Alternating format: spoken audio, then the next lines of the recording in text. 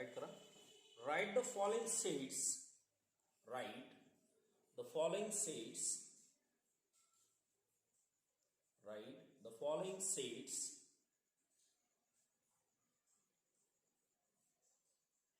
in the set builder form. In the set builder form. In the set builder form.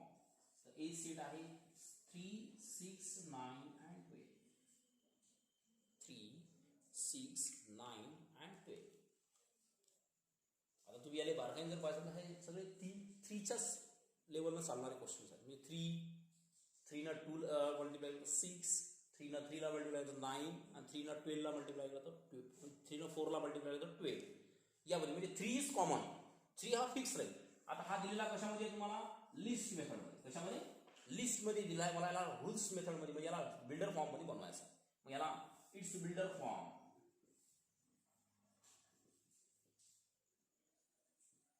It's builder form. आता builder form right करायचं मी काय करेल की ए set right करेल. एक कोणता तरी व्हेरिएबल घ्यायचा. व्हेरिएबल म्हणजे आपण x such that x. X such that x. आता एक्स सच दॅट एक्स लिहिताना पाहायचं सिम्प्लिफिकेशन मी पहिले करून दाखवतो तुम्हाला. 3, 6, 9 and 12. आता 3 ला कसं लिहिसा 3 into 1. 3 into 1.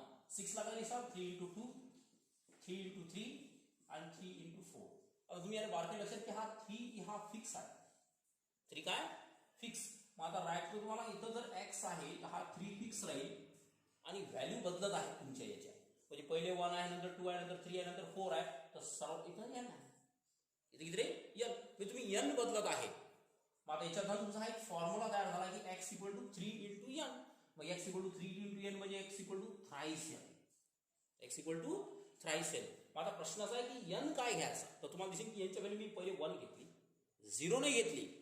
0 घेतली असते n belongs to w. n हा होल नंबर असता. पण आता n ची व्हॅल्यू सगळ्यात पहिले 1 घेतली. तर 1 ची सुरुवात नॅचरल नंबर पासून होते. कशापासून नॅचरल नंबर. मग नॅचरल नंबर पासून जर होते तर मी रायटिंग कसं करेल याला. यांची जे स्टार्टिंग नॅचरल नंबर पासून होते तिथं कॉमा लिहिल. n हा नॅचरल आहे पण n कुठून पासून कुठपर्यंत आहे. तर n आहे 1 is less than or equal to n. n is less than equal to 4. 1 is less than equal to n. n is less than equal to 4. म्हणजे n ची व्हॅल्यू 1 घ्या तर 3 into 1 3 येते. n ची व्हॅल्यू 2 घ्या 3 into 2 6 होते. n ची value 3 घ्या 3 into 3 9 होते. आणि n ची व्हॅल्यू 4 घ्या तर 3 into 4 हा 12 होते. म्हणजे लिस्टचं कन्व्हर्शन कशात झालं रूलमध्ये. पण एक प्रॉपर वे फॉर्म्युला कसा क्रिएट करायचा आणि कशानुसार आपण त्याला सॉल्व्ह करत असतो त्या गोष्टी पहिले क्लिअर करून घ्यायच्या. आणि आपल्याला फॉर्म्युला जनरेट करणं आहे. लक्षात ठेवा जनरेट करता आला पाहिजे. फॉर्म्युला दिलेल्या प्रॉब्लेमवरून जनरेट करता आला पाहिजे.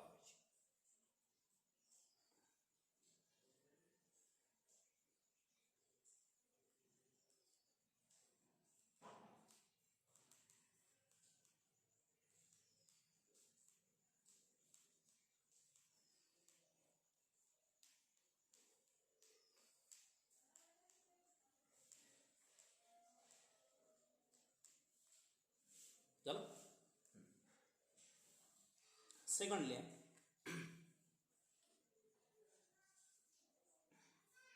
write the following sets in set builder form.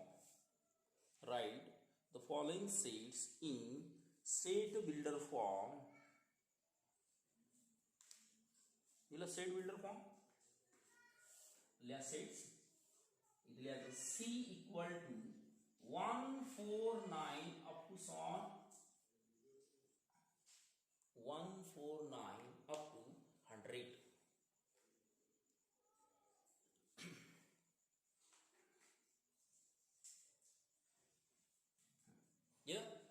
आता याला पहा सॉल्व करताना मी c equal to 149 up to 100. c equal to याला जर थोडासा लॉजिकली म्हणजे याला जर अजून डिटेल घ्यायचं असलं मी काय 1 स्क्वेअर. कारण 1 स्क्वेअर 1 होते. 2 स्क्वेअर हा 4 होते. 3 स्क्वेअर हा 9 होते. And so on this is the 10 square हा 100 होते. म्हणजे याला मी तुम्हाला क्लिअर करून दाखवलं की पहिले स्टार्टिंग झाली 1 पासून म्हणजे नॅचरल नंबर घ्यास लागेल. 0 तर नाही जायच्यात. तर 1 square 2 square 3 square 4 square 5 square. आता सर्वात लास्ट किती 10 स्क्वेअर. हा लास्ट 10 स्क्वेअर आहे. म्हणजे जो n घ्यायला लागेल तो 1 पासून 10 पर्यंतच घ्यायला लागेल तुम्हाला लक्षात ठेवा. मग याला इट्स बिल्डर फॉर्म, याचं इट्स बिल्डर फॉर्म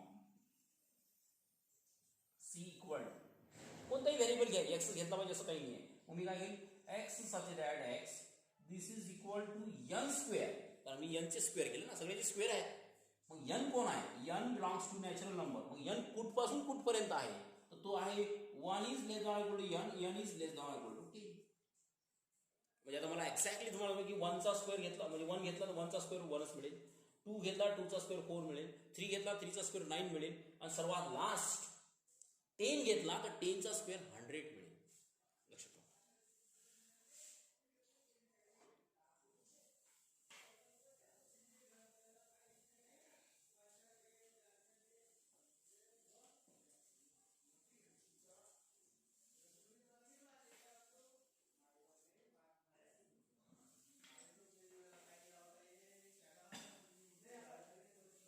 आता इथून आपल्याला थोडासा क्वेश्चन ऑब्जेक्टिव्ह टाईप हार्ड घ्यायचा. हा ऑब्जेक्टिव्ह टाईप कसा हार्ड होतो पहा. क्वेश्चनच डायरेक्ट बी दावला कसा लागतो लिहायचं.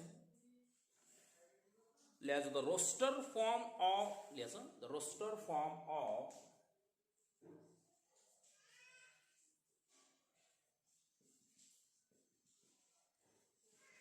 बी, the roster form of B.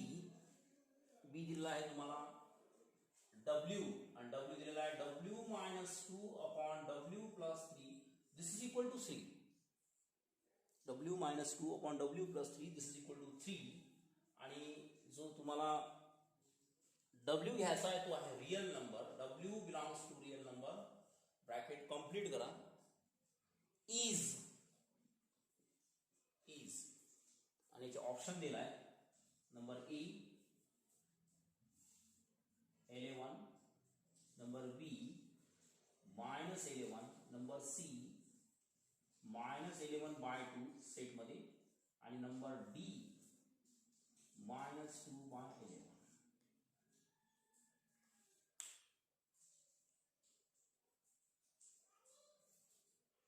Question कसा विचारलाय की रोस्टर फॉर्म दिलाय, काय दिलाय म्हणजे रोस्टर नाही, रूल फॉर्म दिलाय, याला आपण बिल्डर फॉर्म दिलाय म्हणतात.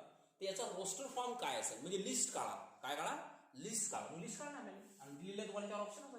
मग मी काय करेन, सगळ्यात पहिले पहा, सगळ्यात पहिले याच्यात हे जे इक्वेशन आहे हे घेणार आहे की माझा आन्सर 3 आला पाहिजे. मग W ची अशी कोणती व्हॅल्यू टाकली की माझा आन्सर 3 येते, मी पहिलेच क्लिअर करून देतो तुम्हाला. तर W minus 2 upon W plus 3 this equal to, मला आता 3 आणणार आन्सर, ते मी नंतरचा विषय नाही. पहिले पहा 11 घेऊन पहा. 11 सगळ्यात पहिला ऑप्शन आपण चॉईस करून पाहू. ऑप्शनल चेक करू. 11 मायनस 2 हा काय होते, 9 होते. 11 मायनस 2 हा काय होते, 9 होते. पण 11 प्लस 3 हा 14 होते. आणि आता न्यूमरेटर मध्ये 9 आहे, आन्सर 3 येऊ शकते. पण जर डिनॉमिनेटर मध्ये 3 आला तर, कारण तुम्हाला माहित नसेल की 9/3 आन्सर किती, 3. पण प्रश्न असा आहे की जर तुम्ही याची व्हॅल्यू W ची टाकली तर माझा आन्सर खाली 14 येऊ राहिला. वर 9 येऊ राहिलं पण खाली किती, 14. जर मी 11 व्हॅल्यू टाकली तर 11 मायनस 2 किती होईल, 9, आणि 11 प्लस 3 14. म्हणजे इथे तुम्हाला चेक करता येते की याचा आन्सर एवढं येते का, 11 मायनस 2 अपॉन 11 प्लस 3 आन्सर येते 9/14, but not equal to 3. Answer याचा 3 नाही आहे. त्यामुळे पहिला ऑप्शन कॅन्सल झाला, हा ऑप्शन याचा आन्सरच नाही. आता प्लस 11च येत नाही तर -11 येईल काय, तर -11 येत नाही, म्हणजे ऑप्शन हा बी कॅन्सलच आहे. आता मला फक्त 2च आन्सरवर फोकस करणं आहे. आता माझे 2 रॉंग आन्सर मी पहिलेच कट करून टाकले. आता मला फक्त 2वरच चेक करायचं आहे की असा आन्सर 3 येते काय, तर हो आता 3 येते का. म्हणजे ऑप्शनल तुम्हाला एक स्टडी होऊन जाईल. पहिले काय करायचे, ऑप्शन पैकी जे आपल्याला कॉन्फिडन्स न माहिती आहेत की हे रॉंग होतात ते पहिलेच बाहेर काढून टाकायचे.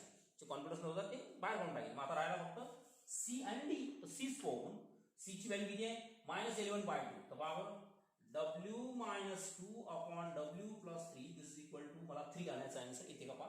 W ची व्हॅल्यू टाका -11/2, तो ब्रॅकेट घ्यायचा, हा सिंगलटन आहे, दिस इज सिंगलटन फॉर्म, तो नंतरचा विषय.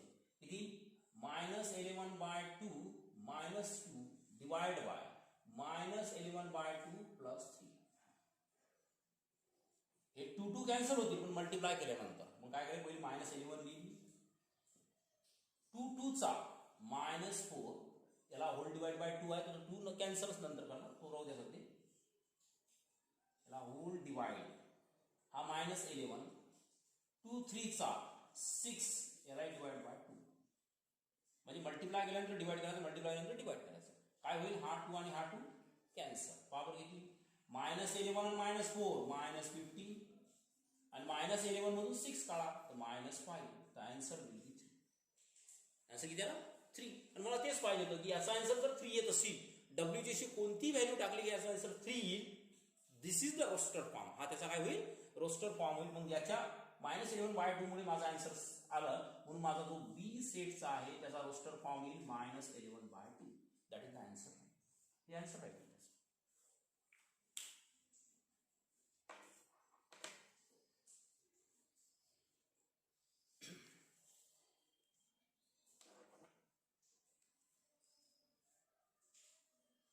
म्हणजे एक लेवल बनून जाईल तुमची की त्याला कसं बनवायचं. आपण आता सेट्स अँड सेट्सची डेफिनेशन्स पाहिली, त्याच्या 2 मेथड सांगितल्या मी तुम्हाला. त्याच्यानुसार तुम्हाला याच्यात एक आयडिया येऊन जाईल फॉर्म दिलेला असला क्वेश्चन की कसा सॉल्व्ह करायचा.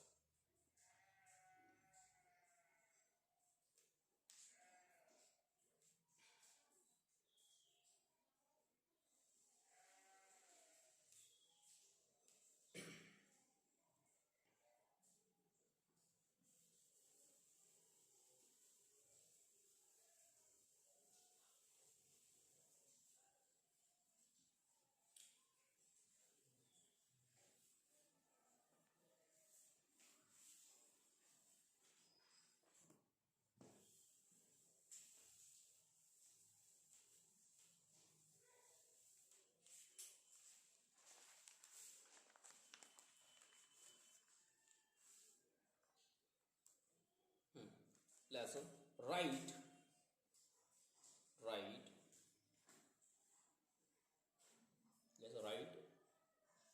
the set builder form of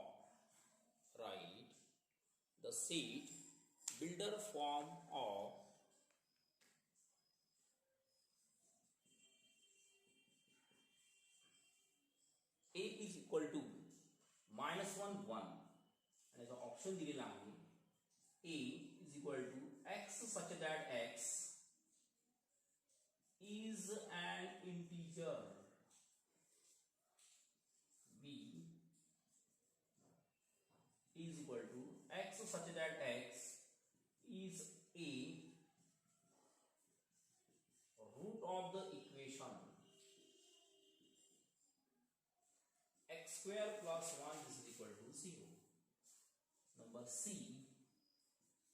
is equal to x such that x is a real number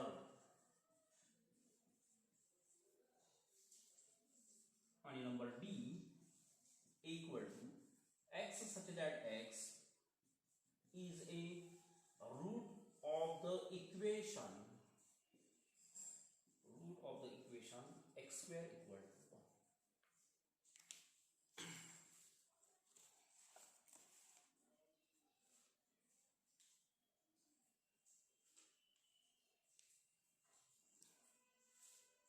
क्वेश्चनचं logic खूप चांगलं असते, लक्षात ठेवा. सगळे आन्सर असे वाटतात की सगळेच आन्सर याचेच आहेत. म्हणजे हे असा ऑप्शनच तुम्हाला असे देतात की सगळेच आन्सर तुम्हाला वाटतं राईट आहे त्याचे, पण थोडासा प्रॉपर वेने विचार करा तुम्ही.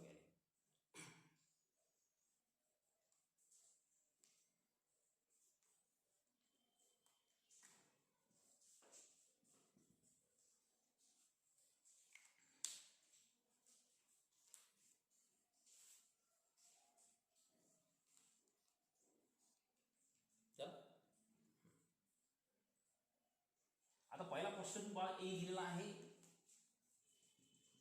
-1 1, बरोबर. आता मला पहिलेच माहिती आहे की हे 2 रूट आहेत कोणाचे, x2 = 1 चे. आता कोणाचे नसतील तर मी तुम्हाला पहिले क्लिअर देऊन देतो. याच्यातला 100% ऑप्शन बी इज रॉंग. बी हा रॉंगच आहे. याचं कारण असं तुम्हाला माहित नसेल की x2 + 1 this is equal to 0, तर x2 हा प्लसचा 1 इकडे मायनस होईल आणि याचं जर तुम्ही स्क्वेअर रूट घेतलं तर x = ±i.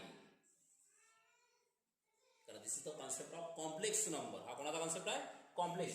कारण -1चं रूट निघतच नाही, 1चं निघेल पण -1चं निघत नाही. कारण मी काय करेन की याचं स्क्वेअर रूट घेतलं तर x2 घेतलं की कसं येईल, x2 = √-1. आता √-1चं रूटच निघत नाही, मग अंडर रूट -1 ने मी तुम्हाला कसं सांगितलं, अंडर रूट -1 घ्यायला बेटा 1 मल्टिप्लाइड बाय -1 असं लिहायला लागेल. मग दोन्ही याला वेगळं करायला लागेल, मग तो आय मध्ये कन्वर्ट होईल. म्हणजे हा कन्सेप्ट कोणाचा आहे, कॉम्प्लेक्स नंबरचा कन्सेप्ट आहे. त्यामुळे हा 100% रॉंग आहे. त्यामुळे याच्यात काही अडचण नाही की हा 100% काय रॉंग. आता सेकंड ऑप्शन आता विचारच करून सोडून द्यायचा. प्रश्न पहा, ए अँड सी. ए आणि सीच्या विषयी होऊन ऑप्शन नंबर डी पो. डी काय दिलाय, x is a root of the equation x square equal to 1. x is a root of the equation x square equal to 1. हा ऑप्शन राईट झाला असता, पण याच्यात x काय आहे हे नाही सांगितलं. x काय घेसाल तुम्ही, आता x square equal to 1 घेसाल, पण x कसा आला, x चं रूट काय पाहिजे. x जर नॅचरल नंबर असता मग x चं एकच रूट आला असता. x जर हा नॅचरल नंबर असता तर याच्यामध्ये -1 घेत नाही, कारण -1 इज नॉट नॅचरल नंबर. त्यामुळे हा ऑप्शन फक्त कंडिशन रॉंग होते, म्हणजे एक्स काय आहे हा सांगेल नाही.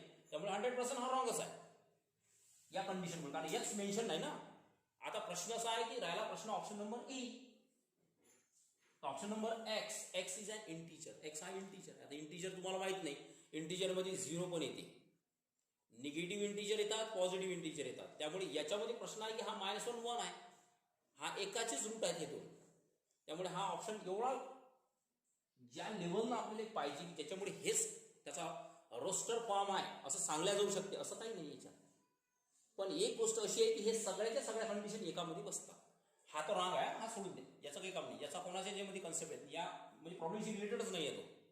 तर काय करायचं की 1 2 आणि 3, तर हे जे दोन ऑप्शन आहेत ए नंबर आणि बी नंबर, हे सगळेचे सगळे ऑप्शन याच्यात इन्क्लूड होतात. कारण एक्स कोण आहे, रियल नंबर आहे. लक्षात ठेवा, एक्स कोण आहे, रियल नंबर आहे. एक्स हा रियल नंबर असला तर रियल नंबरचं स्क्वेअर रूट काढता येते, कारण 1 इज अ रियल नंबर. म्हणजे 100% मी एक्स हे जे रूट्स आहे त्याचा रोस्टर फॉर्म तोच आहे की x such that x is a real number. X काय आहे, रियल नंबर. तर लक्षात ठेवा, देअरफॉर इट्स बिल्डर फॉर्म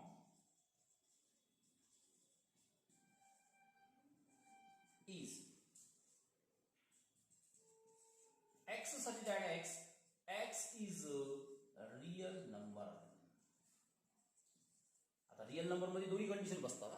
म्हणजे रियल नंबर मध्ये इंटीजर पण आले आणि रियल नंबर मध्ये स्क्वेअर, म्हणजे x is the roots of this equations. X हे काय त्याचे रूट्स आहेत त्या इक्वेशनचे. या इक्वेशनचे रूट्स बसतात ते 100%. फक्त प्रश्न आहे की हा याच्यापेक्षा स्ट्रॉंग नाही आहे. जो हा एवढा स्ट्रॉंग दिला की हा पहिले सिलेक्ट करायला लागेल तुम्हाला याच्या अगोदर, कारण ही तर गोष्ट नंतर येईल. सगळ्यात पहिले एक्स कोण दाखवेल, रियल दाखवेल. मग रियल मध्ये तुम्ही काय चॉईस करता तर त्याच्यात तुम्ही हे इक्वेशन चॉईस करू शकता. मग याच्यापेक्षा स्ट्रॉंग व्हॅल्यू कोणाची, याची. हा जर ऑप्शन याच्यात नसता तर तुम्हाला 100% डी ऑप्शनच सिलेक्ट करायला लागला असता.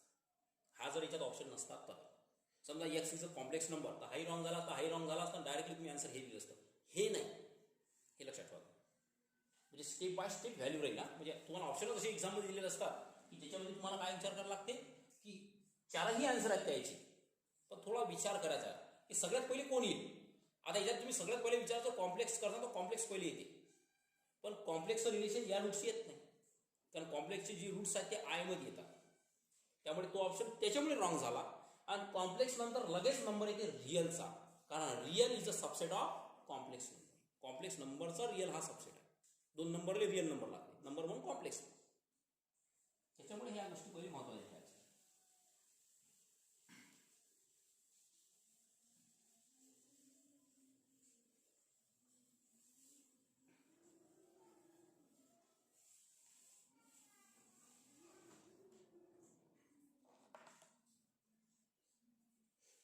Yeah, next. Which of the following collection is a said? Which of the following collection is a said?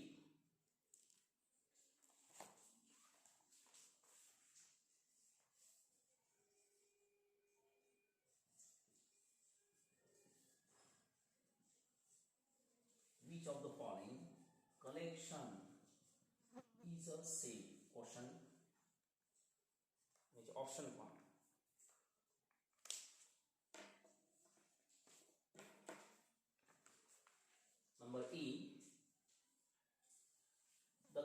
collection of all boys in your class. Number B, the collection of intelligent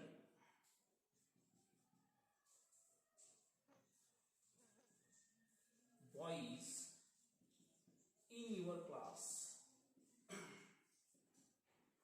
Number C, the collection of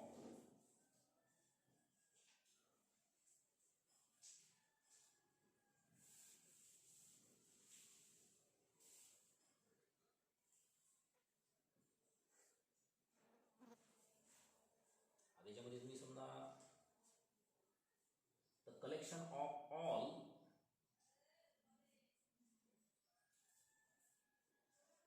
not intelligent boys in your class. And number D, the collection of tall boys in your class.